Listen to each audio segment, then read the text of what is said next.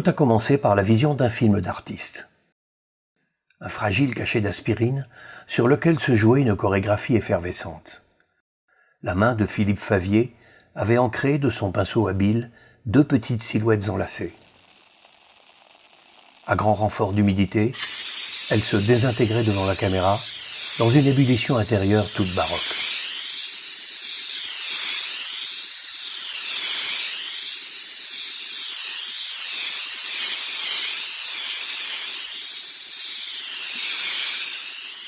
Suite à la découverte de ce film, nous avons contacté l'artiste responsable de cette plaisanterie poétique.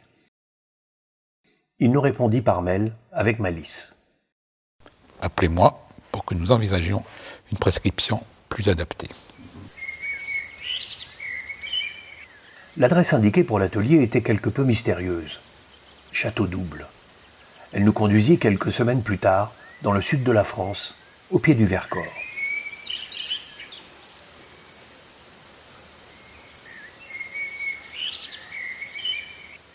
Fait plus que surprenant, il se trouve qu'avant même de le connaître, ce château avait été imaginé par l'artiste plus de 20 ans auparavant, à la faveur de ce qui pourrait avoir été une sorte d'hallucination prémonitoire.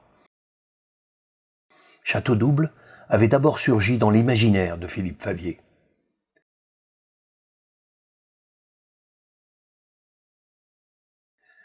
L'aventure artistique de Philippe Favier, commencée à Saint-Étienne, que d'aucuns ont décrit comme une méditation sur l'inconsistance du temps aux prises avec l'inutile, le ténu, l'ironie et le tendre.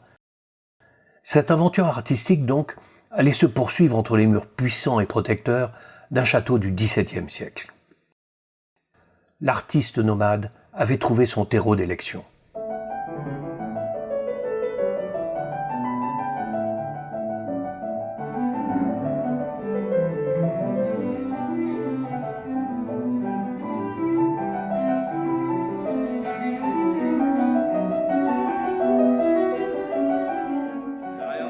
Au hasard de ces cueillettes aux puces, dans les brocantes, les marchés, Philippe Favier collecte d'innombrables objets de toute nature, qu'il recueille, rassemble et laisse exister sous ses yeux dans l'attente patiente d'un destin. Je pense qu'il y a une forme d'économie dans le travail qui fait que, actuellement ça prend la forme des puces parce que d'abord c'est une façon de sortir de l'atelier assez joyeuse et stimulante. Et puis il y a une technique aussi qui relève là aussi de la recherche. Je ne sais pas exactement ce que je cherche quand je vais aux puces. Les choses que je découvre sont des choses que je découvre réellement, c'est-à-dire que je ne les prémédite pas et je ne me dis pas il me faut telle ou telle chose. Il y a des choses que je suis sûr d'utiliser immédiatement, mais soit je les stocke dans un petit bordel qui est mon secret et j'attends d'en avoir une utilité quelconque. Et peut-être dans 10 ans, j'en ferai quelque chose.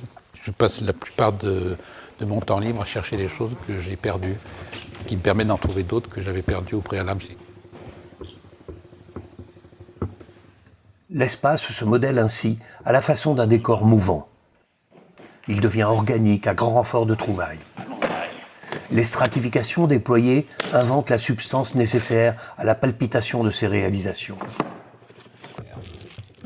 La bave sans amidon, elle n'a pas d'amidon, elle.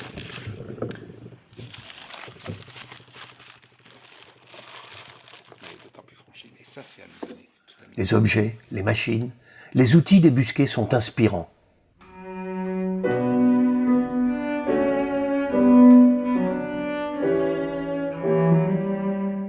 La papeterie et les livres tiennent une place majeure dans ce concert matériel.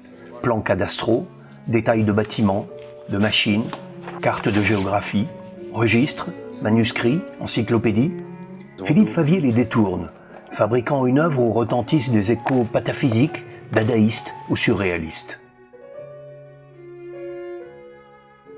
Un fragment de cristal devient comme par magie l'occasion d'une mise en image inversée qui tient de la gravure.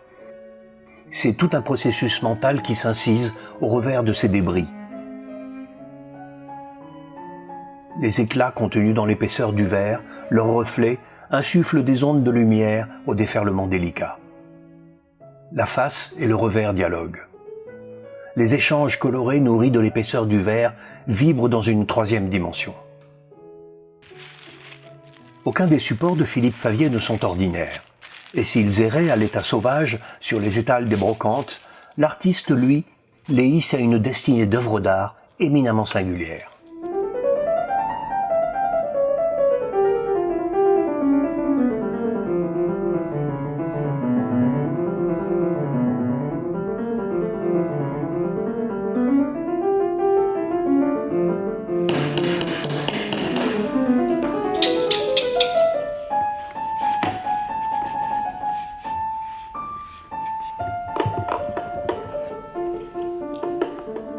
Il y a quelque chose à trouver peut-être.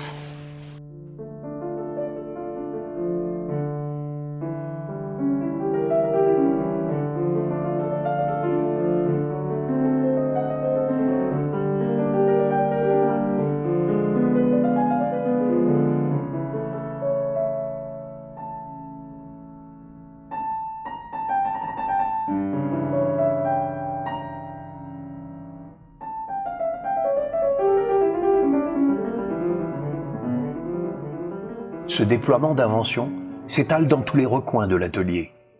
L'œil sauvage de Philippe Favier semble devoir être constamment sollicité pour exciter le mental et permettre un passage à l'action.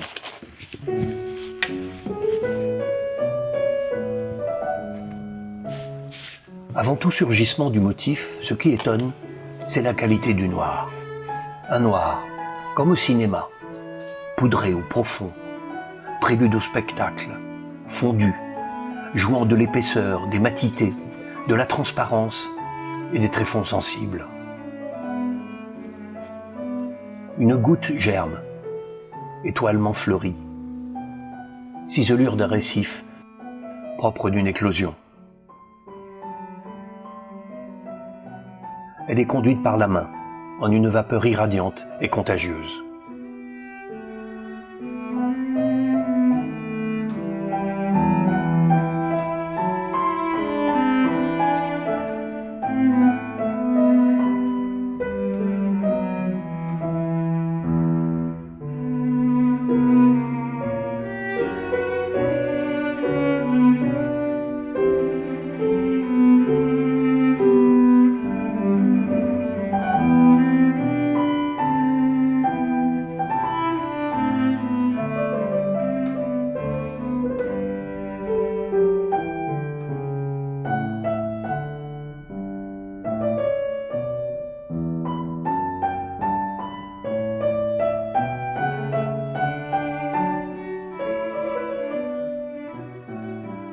L'atelier de Philippe Favier est un univers en expansion.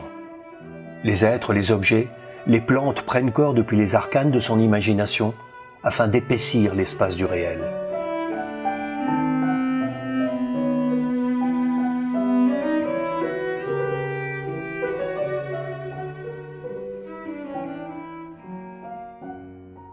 Au détour de ces itinéraires proliférants, les métamorphoses s'opèrent.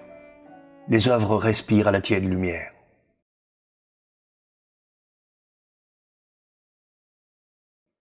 Philippe Favier livre sa vérité. « Je ne fais pas petit, dit-il, je fais loin. » La distance qu'il inocule en toute minutie compose ce défi au vide, au temps et à la disparition. Je titre un petit peu comme je crée, c'est-à-dire un petit peu dans la foulée, un petit peu comme ça surréalisante. Sous l'étalage de ses valises, on croise des intercesseurs. L'esprit de Marcel Duchamp rôde, non loin de celui du papier découpé de Matisse, aux rayons sans cesse approvisionnés des supports et de leur contenu. La seule récurrence que j'aime au singulier, dit-il, c'est celle de mon plaisir à aimer ignorer ce que je ferai demain. Les murmures des figures tutélaires de Philippe Favier se font entendre. En ce qui concerne les gens qui ont vraiment été marquants pour moi, je peux pas, de toute façon je le cite systématiquement et c'est un bonheur que de le citer, je ne peux pas oublier ce professeur de français que j'ai eu en 5e qui s'appelle Jean Porchereau et qui m'a vraiment mis au monde une seconde fois. Il y a une formule que j'utilise souvent aussi, c'est à 10 ans on m'a offert un vélo et depuis on ne m'a plus jamais revu. Et ensuite j'ai eu la chance quand je suis rentré aux Beaux-Arts de rencontrer déjà Bernard Cesson, qui était le conservateur du musée de ma ville, de Saint-Étienne, et qui a été un des tout premiers, d'abord à me parler de façon fascinante de l'art et de ce que ça pouvait être. Et encore aux Beaux-Arts, Daniel Abadi, ça a été tout à fait primordial. Et puis, une des dernières rencontres importantes, c'était avec ce que j'appelle mes deux Thierry, c'est-à-dire Thierry Raspail et Thierry Pratt. Et l'exposition que j'ai faite chez eux, ils m'ont quand même ouvert d'autres chemins.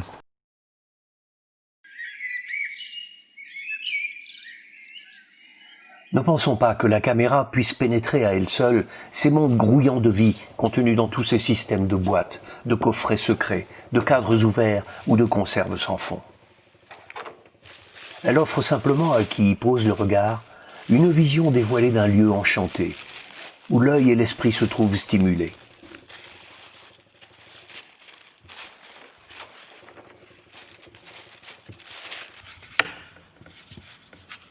Destiné à s'installer avec le plus de naturel possible dans ces confins miraculeux, cet atelier est à la fois l'origine et la destination ultime où ses œuvres prennent corps.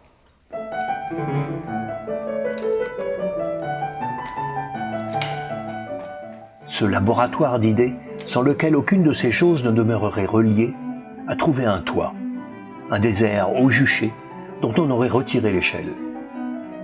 Gageons que l'artiste aux yeux couleur d'éclaircie collera pour longtemps encore ses étiquettes, espérant que celle, estampillée fragile, s'offrira une pérennité inattendue, à l'image des murailles qui ont décidé de servir d'abri à cet atelier si prolifique.